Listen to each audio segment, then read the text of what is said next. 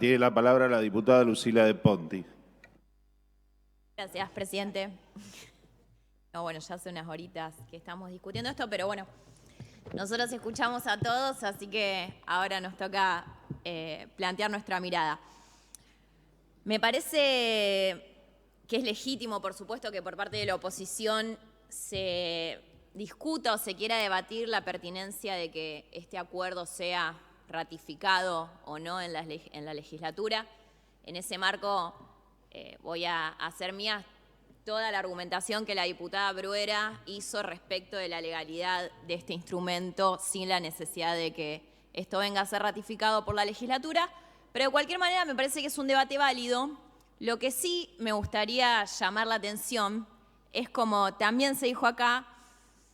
de una sobreactuación o incluso podríamos decir una escenificación casi ridícula a la que estamos asistiendo desde hace un poco más de una semana respecto de los posicionamientos en contra del acuerdo que el gobernador ha suscrito con el gobierno nacional, ¿no? Donde incluso llegamos a escuchar,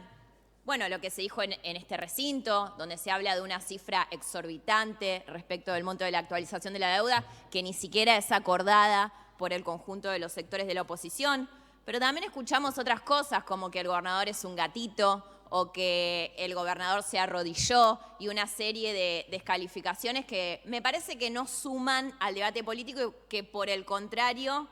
van en el sentido de superponer o mezclar un poco esta discusión con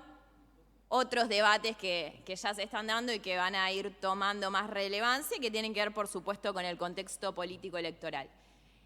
Y acá el diputado Palo Oliver, hablaba más temprano respecto de ciertos vicios que existen en la cultura política argentina, y a mí esto me hizo recordar en los últimos días a un teorema que desarrolló un diputado nacional en los años 80, Raúl Baglini, no Baclini. Senador, bueno, gracias, le agradezco, porque él me fijé y él asumió cuando yo tenía 6 meses, así que como no lo recuerdo. Podría haber ido a los libros de historia a ver que era radical, por supuesto. Y supongo que el teorema de Baglini lo elaboró pensando en el peronismo en aquel momento, pero es un teorema que ha sido útil para aplicar a distintos contextos políticos y que tiene que ver con esto de cómo las posiciones políticas varían en su virulencia respecto de la posición de cada actor político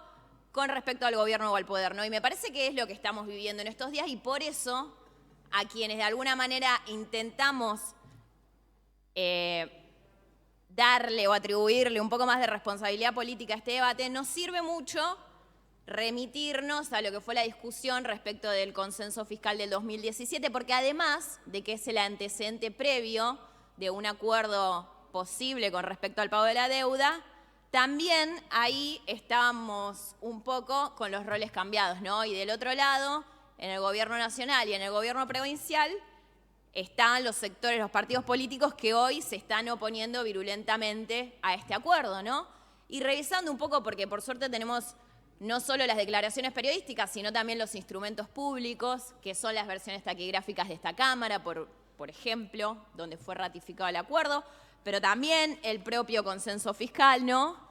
Y si vamos a hablar de actitud extorsiva o de látigo y billetera, como muchas veces se quiere atribuir a determinados manejos del gobierno nacional, si hubo una posición extorsiva con respecto a la decisión de que Santa Fe suscriba ese acuerdo, fue la que puso encima de la mesa el entonces presidente Mauricio Macri y su equipo de gobierno, al extorsionar básicamente al entonces gobernador o a la administración provincial a la posibilidad de suscribir al acuerdo fiscal, que Santa Fe es la última provincia que suscribe,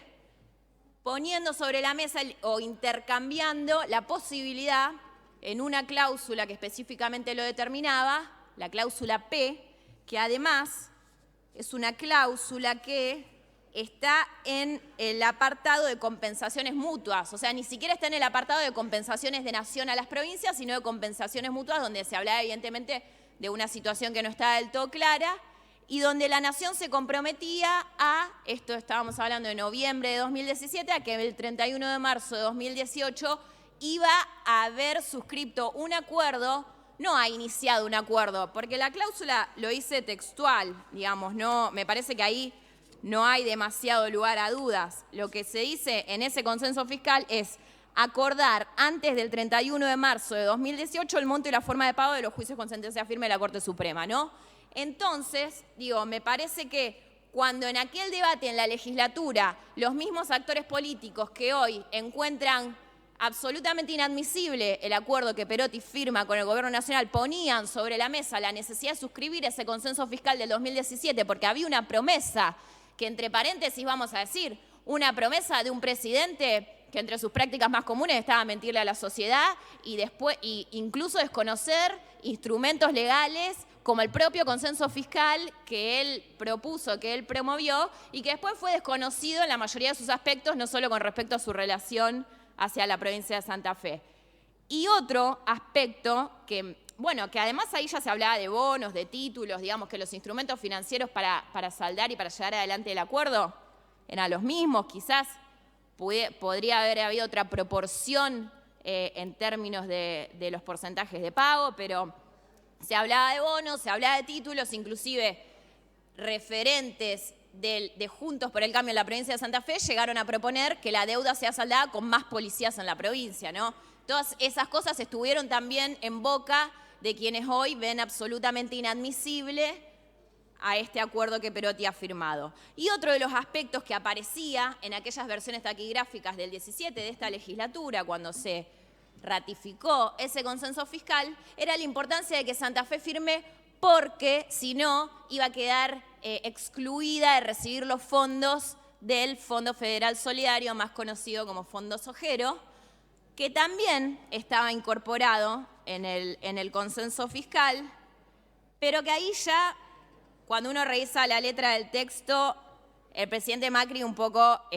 se le veían los hilos de que su intención en realidad era terminar con la existencia del Fondo Fiscal porque decía distribuir los recursos del Fondo Federal Solidario, entre paréntesis, en la medida que éste exista, ¿no? Y efectivamente sucedió unos pocos meses después, en marzo del 2018, con el decreto 756, en el marco de una intención de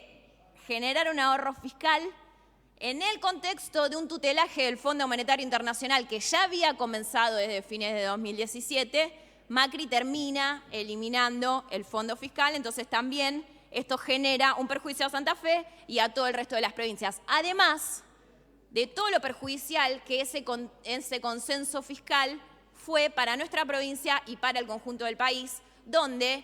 y voy a tomar algo que se decía hoy, que yo la verdad no soy abogada, entonces no conocía este concepto, pero creo que se habló acá de paralelismo jurídico, de un instrumento principal y otros instrumentos subsidiarios. En ese consenso fiscal se hablaba también de la aprobación de la ley de reforma previsional, de la aprobación de la ley de reforma tributaria, de las limitaciones a la autonomía de la provincia para fijar sus propios impuestos, los ingresos brutos y los sellos, también del congelamiento de la planta permanente del personal del Estado por un determinado periodo de tiempo. Entonces, el instrumento principal, que era ese consenso fiscal, de lo cual todos los otros instrumentos eran subsidiarios, representaba un enorme perjuicio para la provincia de Santa Fe y para el resto de las provincias. Y con esto, en realidad, volvemos al principio, lo que queremos pedir es responsabilidad en el debate, es más responsabilidad